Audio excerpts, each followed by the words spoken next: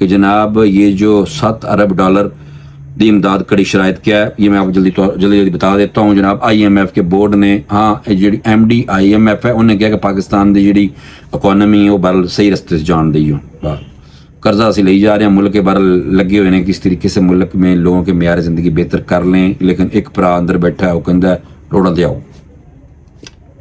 اچھا بہرحال جلدی سے میں اسی لیے بات کرتا ہوں یار، دیکھو خوبصورت لگنا، اچھا لگنا کوئی بات نہیں، ہمیں بھی پسند ہے، ہمارے بھی وہ لیڈر ہی ہو سکتے ہیں، لیکن ایویں نہ کرن، ایویں کریں گے تو پھر کتنے لیڈر؟ کیونکہ ہمارے تو سارے لیڈر ہیں نا، سیاسی جو ہوتے ہیں نا، سیاسی پارٹیوں کے لیڈر وہ ساڑھے نے نا پاکستانی۔ باہر جاؤ تو بندہ اس ٹائم ایک بات پارٹی کی نہیں کرتا، اس ٹائم باہر پتہ کیا کہتا ہے، سارے سیاستدان ایسے ہیں، یہ بھی ایسا ہے، یہ بھی ایسے ہیں، ایسے ویسے، صحیح ہے نا سر؟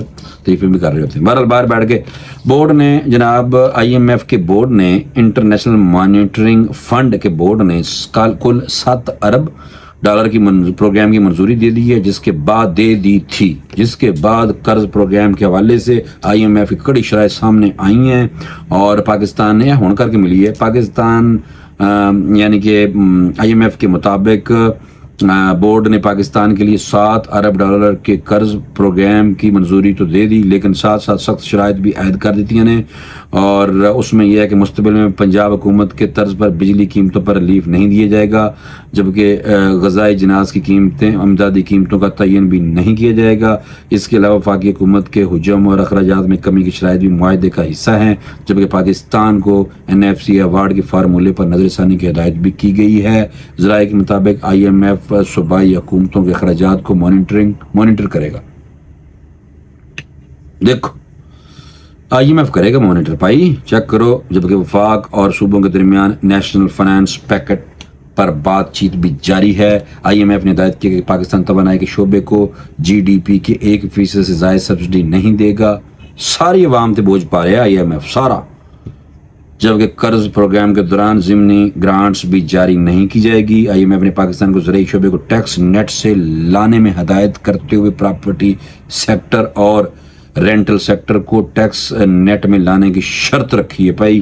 اس کے علاوہ بجلی قیمتوں میں کمی کے لیے اصلاحات کی ہدایت کرتے ہوئے IMF نے کہا کہ حکومت بجلی قیمتوں میں کمی کے لیے جامع پیکج لائے، جس کے بعد توانائی کے شعبے میں پاور پرچیز معاہدوں پر نظر ثانی کی جائے۔ دیکھیں بھائی یہ IMF انٹرنیشنل مانیٹرنگ فنڈ ہے، تمہیں پتہ ہے سارا باہر دئی ہے، اور یہ پاکستانی عوام تے فل ٹائم یہ لا رہے ہیں جناب شرطاں کہ پاکستانی عوام دے اندروں پیسے کڈو، جڑے زندہ نے انہوں نے مارو، تے ہن قرضہ مل جاتا خوش ہونے، واہ واہ واہ قرضہ مل گیا بھائی۔ IMF کے نئے پروگرام میں عام آدمی کو فائدہ نقصان کی ہونا ہے، میں جلدی نے دس یہ ہمارے پاکستانی عام سادہ بندے واسطے یہ گل ہے۔ ہن سنو، ایگزیکٹو بورڈ کی جانب سے پاکستان کے لیے $7 ارب بیل آؤٹ پروگرام کی منظوری دی جا چکی ہے، جس کی پہلی قسط کے طور پر $1 ارب جاری کیے جائیں گے، جبکہ قرض پروگرام 37 ماہ پر محیط ہوگا۔ ٹھیک ہے نا، 3 سال تے 1 مہینہ۔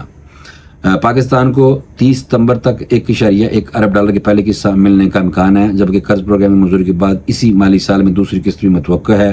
IMF کی جانب سے قرض کی منظوری سے پاکستان کے معاشی غیر ملکی زر مبادلہ کے ذخائر میں بہتری کی توقع ہے، پاکستان پر ادائیگیوں کا دباؤ کم ہوگا، اور ایشین ترقیاتی بینک کی رپورٹ کے مطابق پاکستان معیشت بہتری کی جانب گامزن ہے۔ اس کے علاوہ مہنگائی کی شرح 15% تک گر سکتی ہے، شرح نمو بھی 2.8% رہنے کی توقع ہے۔ اچھا پاکستان کچھ کڑی شرائط کا سامنا ہے، وہ تو ہمیں دیتی ہیں 10، اور پاکستان کو یہ پروگرام ملنا کامیابی ہے، کیونکہ اتنا بڑا پروگرام حاصل کرنا آسان نہیں تھا، لیکن چیزوں کو اس طرح سے ڈیزائن کیا گیا کہ پاکستان اس پروگرام کو حاصل کرنے میں کامیاب ہو جائے۔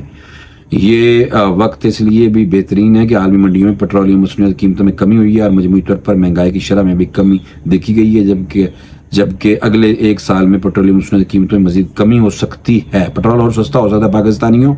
اچھا عالمی منڈیوں میں تیل کی قیمتیں کم ہوئی ہیں، مہنگائی کی شرح میں کمی ہوئی ہے، ٹھیک ہے نا بھائی جان، اور سود میں کمی ہوئی ہے، شرح سود میں اسٹیٹ بینک نے کی تھی، تمہیں یاد ہے، جس کا فائدہ ہوگا، کاروبار بحال ہوں گے، کاروباری افراد پیسہ لگائیں گے، ٹھیک ہے، بس اس طرح معیشت میں بہتری ہوئے گی۔ اور 3 سال میں ہم تمام اصلاحات خصوصاً انرجی اور ٹیکس کی اصلاحات کر سکیں گے، اور اگر ہم میں سے 50 سے 60% بھی کرنے میں کامیاب ہو جائے اگر پاکستان، تو یہ بھی کافی ہوگا، اور ایسے معاشی حالات بھی بہتر ہوں گے، ٹھیک ہے۔ اور باقی اور کی تمہیں دسنا سی بس میں یہ کہنا چاہتا بس یہ چیزیں ہیں جسے جناب شرطیں بہت سخت نے بہرحال یہ میں آپ کو دیا بتا. اچھا یہ ہوگی بات.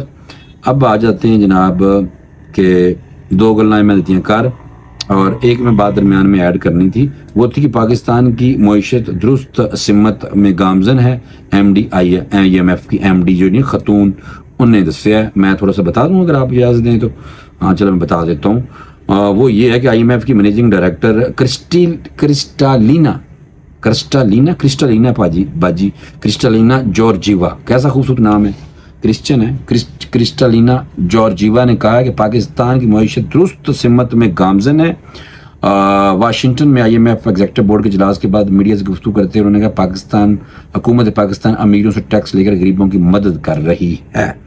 اور انہوں نے کہا کہ پاکستان نے اصلاحات کی ہیں جس سے معیشت بہتر ہو رہی ہے اور مہنگائی میں کمی ہو رہی ہے. ٹھیک ہے. اور پھر انہوں نے کہا کہ ایگزیکٹو بورڈ نے پاکستان کے $7 ارب کے بیل آؤٹ پیکج کی منظوری دے دی ہے. اور شہباز شریف نے IMF کی منظوری پر اطمینان کا اظہار کرتے ہوئے اس قرض کو آخری بنانے کے لیے محنت کرنا شروع کر دیتی ہے. اور IMF کی جانب سے بیل آؤٹ پیکج کی منظوری موجودہ حکومتی پالیسیوں کی توثیق ہے. بہرحال حکومت یار کام کر رہی, مان لو یار, تسی منو یار پلیز, نہیں ماننا تو نہ منو. بہرحال میرا کام ہے آپ کو سچ بتانا. سیدھا چلنے ہیں اسرائیل اتنے نہیں جا سکتے, لبنان تو پیچھے ہی, لبنان سے جنگ لاتی تھوڑے جے پیچھے رہنے ہیں کیونکہ اسرائیل بہت گھٹیا حرکتیں کر رہا ہے. جنگ بندی کی تجویز مسترد کر دی ہے اور اسرائیلی وزیر اعظم بنیامین نیتنیاہو نے لبنان میں جنگ بندی کی تجویز کو مسترد کر دیا. دیکھا وہ اپنا وایا بڑھا رہا ہے, وہ اس خواب میں ہے ہٹلر, یہودی ہٹلر ٹائپ. وہ چاہ رہا ہے کہ میں لبنان پہ بھی قبضہ کر لوں گا. اور یہ نبی پاک صلی اللہ علیہ وسلم کی حدیث جو ہے وہ اس کی تکمیل ہو رہی ہے کہ عرب میں اتنا ظلم ہوگا کہ پرندہ اڑتا جائے گا اور لاشیں ختم نہیں ہوں گی اور پرندہ بے ہوش ہو کر گر جائے گا. اور میں اسی لیے کئی دفعہ کہہ چکا ہوں آپ لوگوں کو کہ یہ جنگ بڑھ رہی ہے اور جنگ اور بھی بڑھ رہی ہے. اس کی وجہ یہ ہے کہ تیسری عالمی جنگ لگ جانی ہے.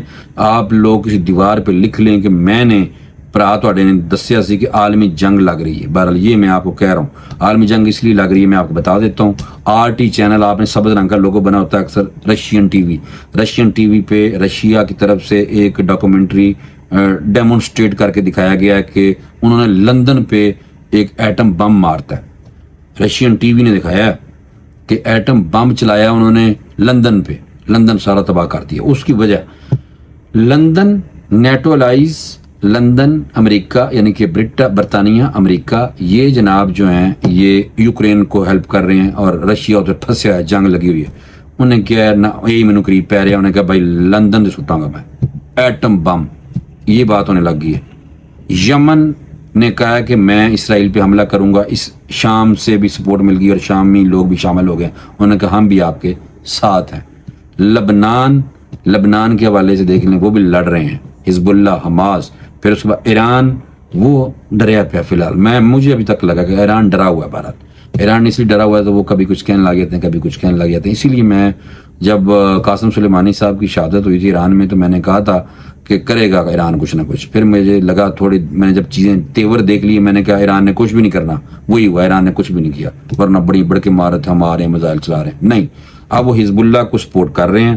لیکن ایک بات یاد رکھیں, اسرائیل اب آ رہا ہے لبنان, پھر اس کا رخ ہونا ہے ایران. تو ایران, لبنان, ایران یہ ادھر ایسے ہونا ہے اور پاکستان ادھر بیٹھا ہوا ہے. پاکستان افغانستان کا کچھ حصہ اور ایران کا کچھ حصہ جو بچے گا بھجن, پھر یہاں سے فوجیں جانی ہے. یہ آپ لکھ لیں. اور یہ تیسری عالمی جنگ بڑی تیزی کے ساتھ جاری ہے. اور چائنا نے خاص طور پہ کہا ہے کہ اسرائیل سے اپنے سارے لوگوں کو نکالا ہے. انہیں پتہ چل گیا کہ بڑی جنگ ہونے والی ہے, بڑی جنگ. میں نے کہا آپ کو بتا دوں, لیکن آپ لوگ تو خیر پتہ نہیں اپنے پاکستان کے اندر کوئی سیاست کے چکر میں کوئی کسی کے پیچھے لگا ہوا ہے, کسی مرشد پاک کے لگا ہوا ہے, کوئی جلوے سے جلوسوں میں جا رہا ہے. ویلے ہیں ہنسی بس, یا کسی جو ویلے ہیں وہ سارا دن فون دیکھتے رہتے ہیں, ریلیں دیکھتے رہتے ہیں, ٹائم کل کر کے پورا دن اٹھ جانے, بس روٹی کھا لی سو گئے. یہ پاکستانیوں کا کام ہے بھائی. اب میں کیا کہوں, زیادہ تر پاکستانیوں کو, سارے نہیں, کوئی بہت کام کر رہے ہیں ماشاءاللہ ملک کی ترقی کے لیے, اور ہم ان میں انشاءاللہ الحمدللہ رب العالمین آتے ہیں, اپنا کام کر رہے ہیں, محنت کر رہے ہیں اور اپنا کام کر رہے ہیں سنسیئرٹی کے ساتھ. آفس ہے تو ٹائم دینا ہی دینا آفس, اور زیادہ دینا, 8 گھنٹے سے زیادہ, 12 گھنٹے, 18 گھنٹے. یہی ہے کہ ٹائم دینا ضروری ہے. کچھ چیزیں پڑھنی ہیں, لکھنی ہیں, آئیڈیاز جنریٹ کرنے, کام کرنے, یہ اور ہم اپنے اداروں کے خلاف بات سن نہیں سکتے. میں آپ کو میں ایک ایسا پاکستانی ہوں جو کہتا ہے کہ ہماری فوج کے خلاف اس کو فوجیوں کو مت وٹے چلاؤ ان کے اوپر. گھٹیا لوگوں، وہ جو گھٹیا نا کمینے جو فوج کی گاڑیاں گزرتی ہیں اور عام سولجر جو شہادتیں دیتے ہیں ان پہ پتھراؤ کر رہے ہوتے ہیں. کئی میں نے دیکھے. فکر نہ کرو، یہ بہت تگڑا ادارہ ہے الحمدللہ رب العالمین ہمارا. یہ آپ بھول جائیں کہ کسی کھاتے میں کہ جناب شاید فوج کمزور ہے، وہ کمزور ہو ہی نہیں سکتی. الحمدللہ رب العالمین بہت تگڑی ہے بھائی. اسی لیے عمران خان کو کہو نا کرو 9 مئی کیتا سی نا، نکلو. نہیں نکل پا رہے نا تو یہ بھی نہیں بھائی. چلو یہ تو سویلین ہے نا، ہمیں عمران خان کے ساتھ کھڑے ہونا چاہیے. سویلین ہم بھی سویلین ہیں، لیکن وہ فوجی فیض حمید انہوں نے گند کیتا دیکھے روندا پیا ہے. کوڈ مارشل ایسا تگڑا انہوں تونا لگنا ہے نا. انہوں نے اپنے ادارے کے اندر جو لوگ ان کے اپنے جرنیل ہیں، فل جرنیل ہے، لیفٹیننٹ جرنل کیا میں پھر اندر ہے. تو اس لیے فوج کے بارے میں غلط فہمیاں آپ جتنی مرضی پیدا کر لیں. فسال پھر عرض انہوں نے کٹنا ہے چنگا وہ انہوں نے کیا ہے. تو یہ بھائی عام فوج نہیں ہے. تھوڑی مہربانی ہے. ہاں بس سمجھ جاؤ. نہیں سمجھو گے تو سمجھ جاؤ گے، ٹائم آئے گا تو. ٹھیک ہے بھائی، مجھے اجازت دیں، لمبا ہو گیا ویلاگ. انشاءاللہ اگلے ویلاگ میں دوبارہ ملاقات ہوگی. اللہ حافظ.